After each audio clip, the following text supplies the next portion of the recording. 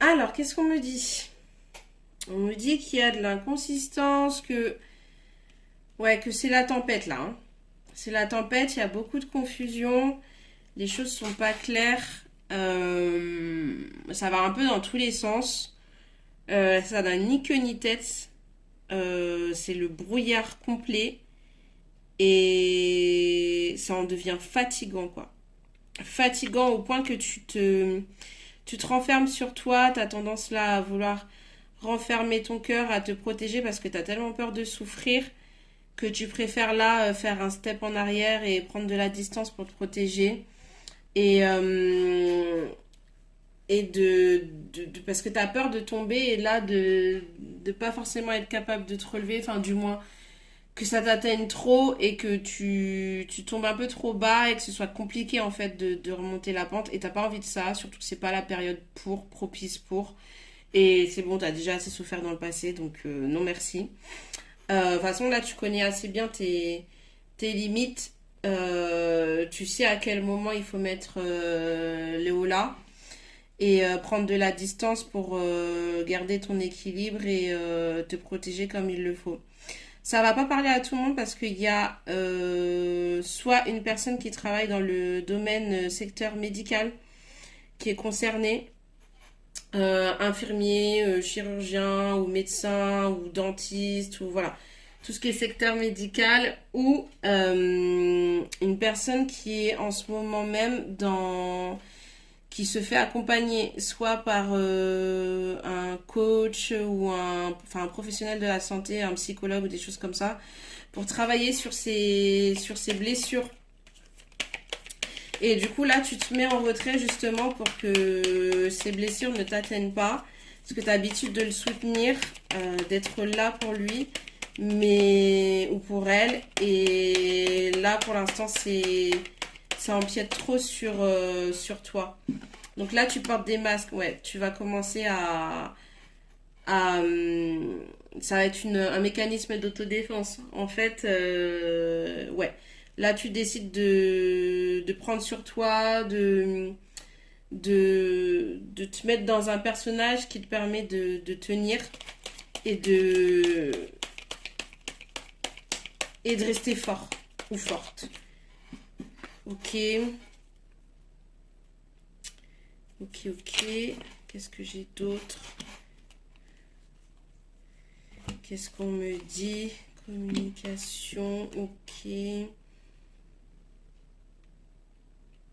Ah, d'accord. Tu vas avoir l'accompagnement d'une personne de ton entourage.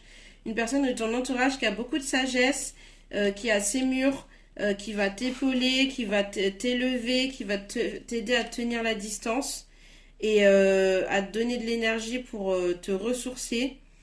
Tu vas avoir de la communication avec ton autre, mais uniquement par message. Il va y avoir une distance entre vous.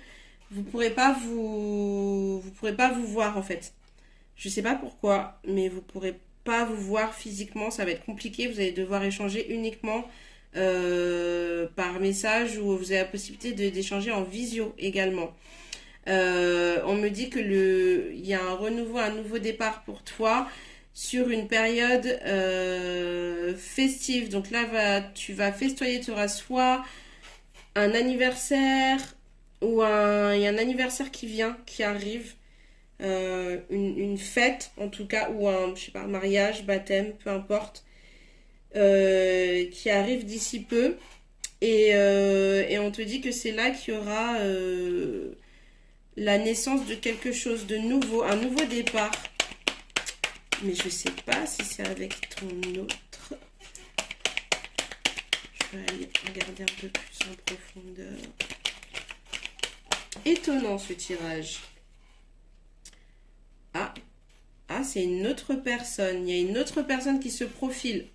Il y a une autre personne qui se profile. Ah oui, d'accord. En fait, tu es en train de changer d'énergie, tu vas voir, j'ai compris.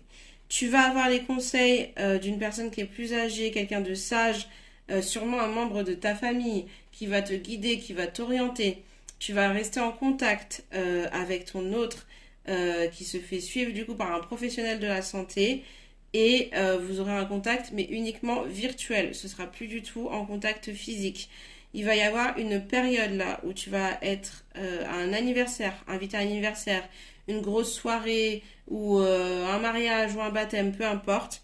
Et cette période-là, ce sera la période qui t'annonce le signal de propice à un nouveau départ, à une nouvelle relation.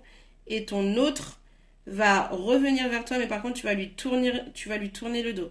Tu n'auras plus envie d'être dans ces énergies-là, tu n'auras plus envie de donner, tu n'auras plus envie de prendre le risque d'ouvrir ton cœur et d'être blessé à nouveau.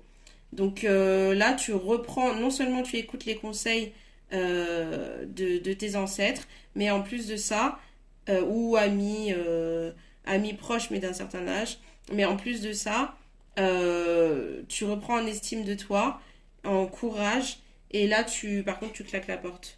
Tu dis non et tu dis oui à un nouveau départ, à quelque chose de différent. Et là, tes énergies elles vont complètement switcher, complètement. Tu vas recevoir une invitation. Il y a une autre personne qui va se profiler. Et on parle d'une durée de 3 mois environ. Et voilà. Donc sois confiante. Sois confiante. Je sais que c'est une période qui est compliquée.